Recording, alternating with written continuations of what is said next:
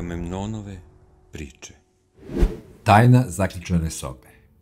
Priča Desimira Milenovića. Pred trospratnom kućom sa brojem 30 u Boru, u Njegoševoj ulici, gotovo da je prazan prostor. Nema rastinja ispred i pored zgrade, pa kada je taj nesnosni zadah počeo da se širi, stanari su najpre pomislili da se raspada nešto dole u zajedničkom podrumu. Neki su isišli i pažljivo zavirili gotovo svaki kutak. Ništa. U subotu, 14. jula, u pomenutoj zgradi u Njegoševoj ulici, od zadaha uopšte nije moglo da se diše. Ljudi su se u čudu pitali šta bi to moglo da bude. Jedino se iz stana broj 7 na drugom spratu nije niko pojavljivao. A tu su stanovali 52-godišnja Zorica Borisavljević i njen 21-godišnji sin Dragan. Sada je pred vratima njihovog stana već bio roj muva. Unutra se, više nije bilo sumnje, nešto raspadalo. Zorica je, znala se u komšiluku, bila bolešljiva žena, pa se javila i prva sumnja, da joj se nije nešto dogodilo. Zvonjenje i lupnjava na vrata ostali su bez odgovora. Neki su zalazili i iza zgrade, zavirivali kroz prozor. Niko se, međutim, nije pomaljao iza navučenih zavesa. A onda su se najbliži susedi setili da su se prethodnog dana pojavili ovde u zgradi i neki ljudi iz obližnjeg sela Brestovca. Rekli su da od pre nekoliko dana ne znaju kuda je otišla njihova ćerka, odnosno sestra Dušanka Stanković. Ona je sa Zoricom bila prijateljica. U subotu popodne su opet došli. Videlo se, ljudi su baš bili zabrinuti, a zemlja se prenela i na komšije. U međuvremenu je neko obavestio i Borski sup, pa su u zgradu došli i milicioneri i inspektori. Kad se ni njima niko nije odazvao iz stana, odlučili su da obiju vrata. Čim je brava popustila, ljudi su ustuknuli. Zadah je bio užasan. U predsoblju, kuhinji i trpezariji nije bilo ničeg što bi ukazivalo na sve glasniju sumnju komšija da je unutra, u dvosobnom stanu Borisavljevićevih, neko mrtav. Valjalo je još zaviriti i u dnevnu sobu. Vrata su bila zaključana, ali ključ je bio u bravi i jedan od inspektora ga je okrenuo. Kad su ušli, ugledali su stravičan prizor. Na podu sobe, jedno pored drugog, raspadala su se 3 ljudska tela. Bili su to, ustanovljeno je gotovo odmah, Zorica Borisavljević i njeni gosti, Dušanka Stanković i njen 7-godišnji sin Zoran. Odmah su pozvani lekari, koji su utvrdili da su 2 žene i dete ubijeni. Zorici su od udaljenih gaženja bila slomljena rebra, 4 desna i 3 leva. Ko ih je ubio, kada, zašto? Ta pitanja su tražila brze odgovore. Vreme, znali su u Borskom supu, retko radi na strane istrage, pa su, iako je bila subota, dakle neradni dan, zaveli gotovo mobilno stanje. I već u subotu uveče došlo se do opravdane sumnje, ubica je verovatno Zoričin sin Dragan. On je ubio majku, majčinu prijateljicu i njeno dete. U ovim trenucima izglednici grozničavo nastoje da odgonetnu misteriju trostrukog ubistva, pa je i razumljivo što ne saopštavaju neke bitnije detalje o događaju, kakav se inače ne pamti u Boru i Timočkoj krajini. Čini se ipak da će ovde biti dosta posla i za psihijatre, jer motivi ovog trostrukog zločina su, najbliže rečeno, čudni. Uostalom, kao i sam ubica. Istina, u fabrici opreme i delova u Boru, u kojoj se Dragan zaposlio pre nekoliko meseci, posle odsluženja vojnog roka, kažu da je bio tih, miran, povučen, dobar radnik. To je gotovo sve. Ni susedi nisu ništa posebno primećivali. U zgradi se nije ni sa kim družio, ipak jedna žena može i nešto više da kaže o Draganu. Prizemna kućica Jovanke Makulović je odmah iza stambene zgrade u kojoj su Borisavljevići stanovali. Ona je bila Zoričina prijateljica. Jeste, kaže ona, često smo se viđale. Na naše pitanje o uzrocima ove tragedije nemoćno širi ruke. Jadna Zorica. uzalud se žalila da joj sin preti. Meni je govorila, Vano, tako me je zvala, moj sin Dragan je postao malo čudan. Zamisliš, čista mira mi preti da će da me ubije. Borisavljevići su se doselili u Bor pre 5 godina. Živjeli su skromno, od zarade Zoričinog muža Ljubomira. Međutim, kada je on pre 2 godine umro, Zorica je dobila njegovu penziju, nešto malo više od 7.000 dinara, i to im je bio sav prihod.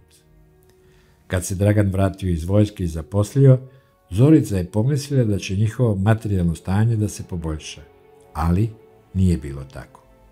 Zorica je počela da mi se žali kako Dragan prodaje vrednije stvari iz kuće. Najprije je nekom prodao ono malo nakita što su imali, a zatim je hteo da proda i televizor.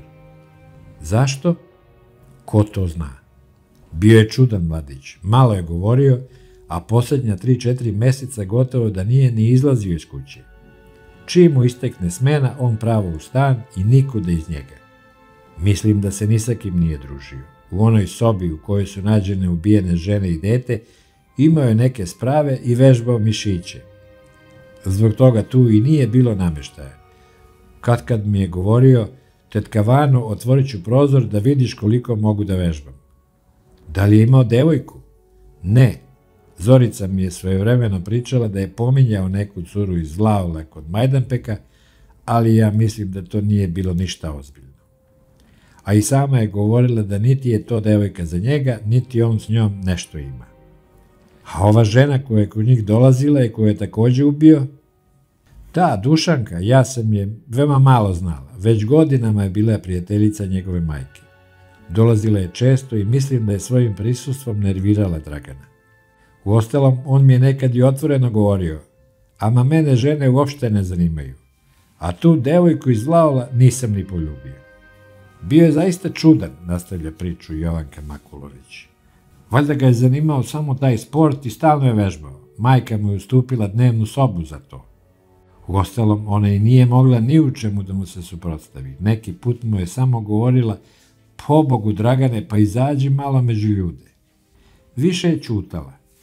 Ona je bila slabašna i bolešljiva žena. Imala je jednu težu operaciju. Njega to kao da se nije ticalo. Žalila mi se da na nju nasrće da hoće da je tuče.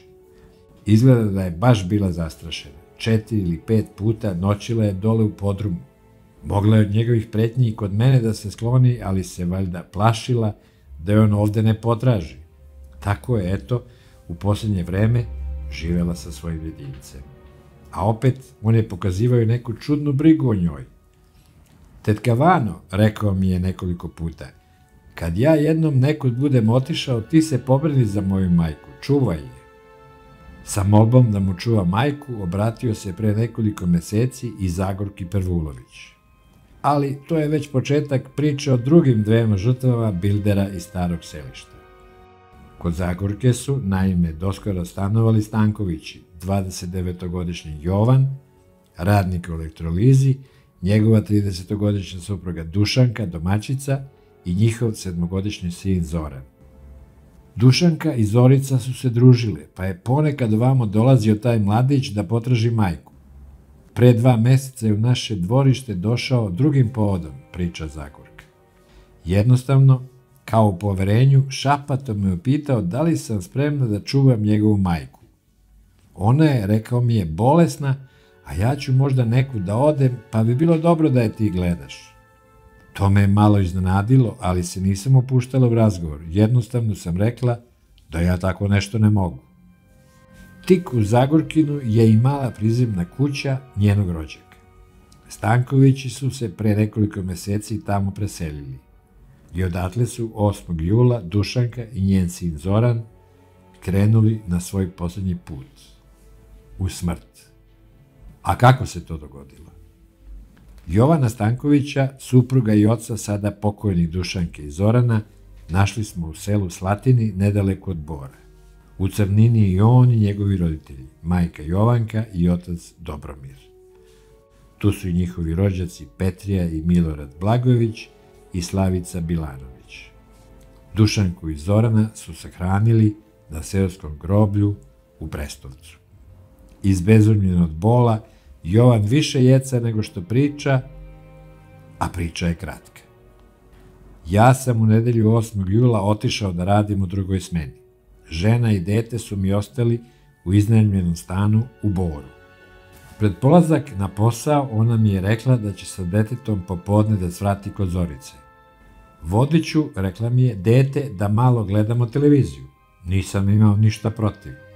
Uveče kad sam se vratio sa posla, u stanu nije bilo nikog. U ponedeljak ujutru raspitao sam se da nije kod njenih, u Brestovcu. Oni su slegli ramenima. Pre toga sam, negde kod pijace, sreo Zoricu. Ne, rekla je ona, oni nisu kod mene. Izbezumio sam se i otišao u SUP. Rekao sam im da su mi nestali žena i dete. Prema zvaničnom saopštenju Borskog SUP-a, Zorica, Dušanka i Zoran su ubijeni u noći između nedelje i ponedeljka 8. i 9. jula. Da li je Jovan zaista u ponedeljak ujutru sreo Zoricu? Ukazujemo mu na ovo, a on uzvraća. Siguran sam da je tako bilo. Jedno je pouzdano. U ponedeljak 9. jula Dragan Borisavljević je svratio na blagajnu svog preduzeća da podigne zaradu. Pošto je u zaključanom stanu ostavio svoje žrtve, otputovao je u Zaječar, pa u Rijeku da obiđe rođaka. Zatim je viđen u Beogradu, a kasnije i u Brestovcu. Nema sumnje da je samo pitanje dana kad će biti uhvaćen. Tada će se i saznati kako je tekao krvavi događaj u noći između pretprošle subote i nedelje. O pismu koje je navodno ubica ostavio u Borskom SUP-u za sada ne saopštavaju nikakve detalje. Možda se tu navode motivi trostrukog zločina, ako ih uopšte ima. Eventualna veza između Dragana i prijateljice njegove majke pre je plod čaršijskih pretpostavki nego činjenica. Otuda je logično pitanje, zašto je ubio Dušanku i njeno dete? Pravi odgovor će verovatno moći da daju jedino psihijatri, jer zaista nije postojao ni jedan razlog da Dragan ubije majku. Dušanka je sa detetom naišla možda kad je ona već bila mrtva. Otuda i pretpostavka da je stradala samo kao svedok zločina. Jovanka Makulović, komšinica Borisavljevićevih, seća se, na primer, da joj je Dragan krajem maja ili početkom juna ove godine rekao: mamu sam juče hteo da ubijem, ali sam se predomislio. Ima vremena. Zaista, ja ću je možda ubiti. Ona mu je pretplašeno uzvratila: zar se, sinko, majka ubija? On se kao malo uspravio i rekao: što da ne? Jednostavno, Dragan Borisavljević, nekvalifikovani radnik fabrike opreme i delova u Boru, osetio je potrebu da ubije i to je i učinio. Strava je počela neočekivano. Bio je dovoljan samo pogled u ogledalo pa da jedan dečačić i dve žene postanu žrtve 21-godišnjeg bezumnika. Najpre se pod snažnom mišicom njegove desnice ugasio život 7-godišnjeg Zorana Stankovića, a minut dva posle toga u samrtnom zagrljaju španske kragne našla se i 30-godišnja domaćica Dušanka, dečakova majka. Dogodilo se to u nedelju 8. jula oko 17:30 časova. Sutradan, gotovo u isto vreme, u dvosobnom stanu zgrade broj 30 u Njegoševoj ulici u Boru pala je treća žrtva. Dragan je ubio i svoju majku. Bez velikog straha, kao da nije počinio gnusan čin, Dragan je noć između nedelje i ponedeljka i sledeću proveo u svom stanu, a zatim je pobegao iz Bora. Posle nekoliko dana vratio se i skrivao kod jednog svog daljeg rođaka na periferiji grada, a u subotu 21. jula milicioneri Borskog SUP-a su mu naredili da podigne ruke uvis baš u trenutku kad je počeo da jede. Već na prvom saslušanju se očekivao odgovor na pitanje šta je ovog mladića nateralo na ovakav čin. Pred Danilom Veljkovićem, istražnim sudijom Okružnog suda u Zaječaru, slegao je ramenima. Ne znam, ja stvarno ne znam zašto sam to učinio. Kad sam ušao u kupatilo i kad sam pogledao ogledalo, u meni kao da se stvorila neka nadčovečanska snaga i krenuo sam prema detetu. Kasnije, tokom mnogih časova saslušavanja i rekonstrukcije zločina, trostruki ubica se povremeno i smešio, kao da se njega sve to ne tiče. Uskoro, možda još ovog meseca, Dragan Borisavljević, rođen u Brestovcu kod Bora, sešće na optuženičku klupu. Samo neće to biti uobičajeno klasično suđenje. Sudijama Okružnog suda u Zaječaru preostaje jedino da uvaže mišljenje sudskih veštaka iz Beograda, a to znači da će mu biti izrečena takozvana mera bezbednosti, obavezno psihijatrijsko lečenje i čuvanje u zdravstvenoj ustanovi zatvorenog tipa. U tom smislu je sačinjen i predlog koji je napisao i potpisao Nenad Živadinović, zamenik okružnog javnog tužioca. Iza ove optužnice je u stvari mišljenje stručnjaka bolnice Kazneno-popravnog doma u Beogradu, neuropsihijatara Vukosava Vučkovića, Hristivoje Brašića i Živomira Grujića i kliničkog psihologa Milana Kostića, u kojem se, između ostalog, kaže da okrivljeni Dragan Borisavljević boluje od hroničnog duševnog oboljenja iz grupe rane šizofrenije. Proces se postepeno i neodoljivo manifestovao i razvijao u dužem vremenskom periodu. Ovo duševno oboljenje je postojalo u označenom smislu u vreme kritičnog događaja, a radnje koje mu se stavljaju na teret očigledno su u vezi sa psihopatološkim sadržajem u smislu nesistematizovanih idejnih odluka. Zatim, kako oni kažu, nije bio sposoban da shvati značaj svojih dela i na kraju predstavlja neposrednu opasnost po okolinu. Najkraće rečeno, trostruki ubica iz Bora je neuračunljiv. Jezikom naroda, lud je. Šizofrenija uostalom i ima drugi naziv, mladalačko ludilo. Sada se međutim mnogi pitaju da li kod Borisavljevića to nije moglo da bude na vreme primećeno. Možda i moglo. Njegova majka Zorica je, bar prema tvrdnji najbližih prijateljica, uočavala da sa njenim sinom nije baš sve u redu. Međutim, kao i svaka majka, nije želela da ova njegova nevolja ide dalje. Ta porodična tajna koštala ju je života. U toku istrage, u prisustvu svoga branioca po službenoj dužnosti Slobodana Milića, advokata iz Zaječara, ubica je do detalja opisao i svoje zločine, ali i život pre njih. Osnovnu školu je završio u Brestovcu. U početku je bio bolji đak, a onda je i popustio. U selu je završio i vatrogasni kurs. To mu je bila jedina kvalifikacija. Izvesno vreme je radio kao stražar u jednom borskom kolektivu, a posle očeve smrti zaposlio se kao fizički radnik u fabrici opreme i delova. Otac Dragoljub je umro pre 2 godine od srčanog infarkta. Po zanimanju je bio moler, dosta je pio. Dragana roditelji nisu zlostavljali, pa ipak oca je upamtio po neobičnoj kazni. Svevremeno, rekao je, kada bih nešto zgrešio, on me silom šišao. U sledeće 3 meseca, dok mi ne bi porasla kosa, nisam izlazio na ulicu. Bio sam sam sebi ružan. Dragan Borisavljević je u stvari veoma narcisoidan, bolesno, može da se kaže.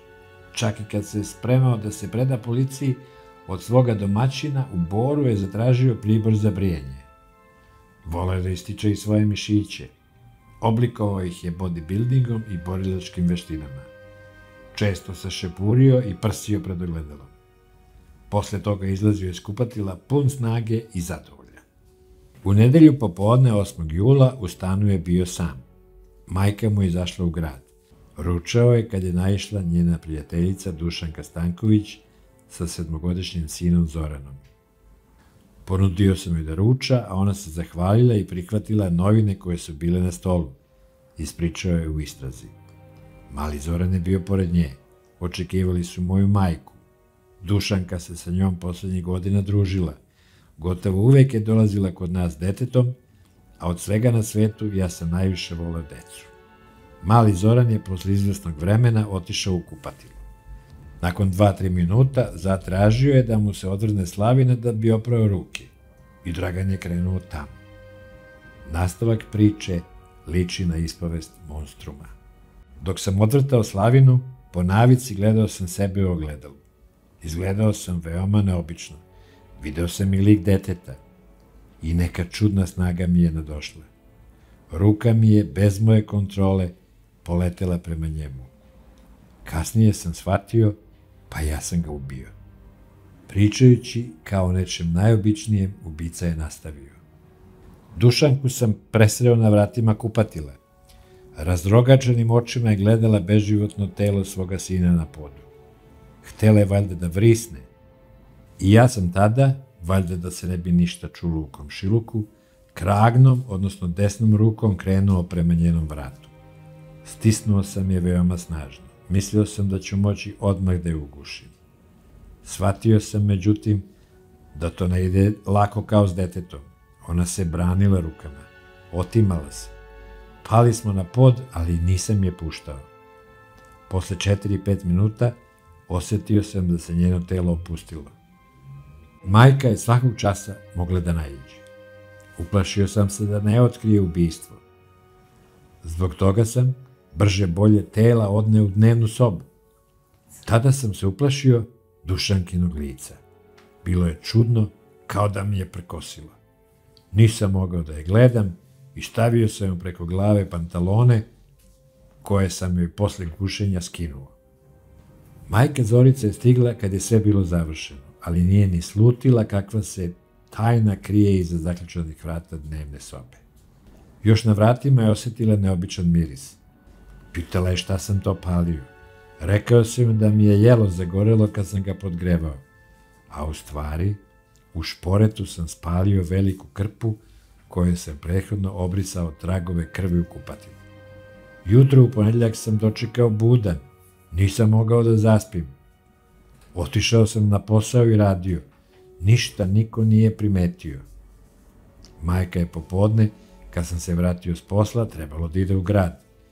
Predložio sam joj da opere kosu da lepo izgleda.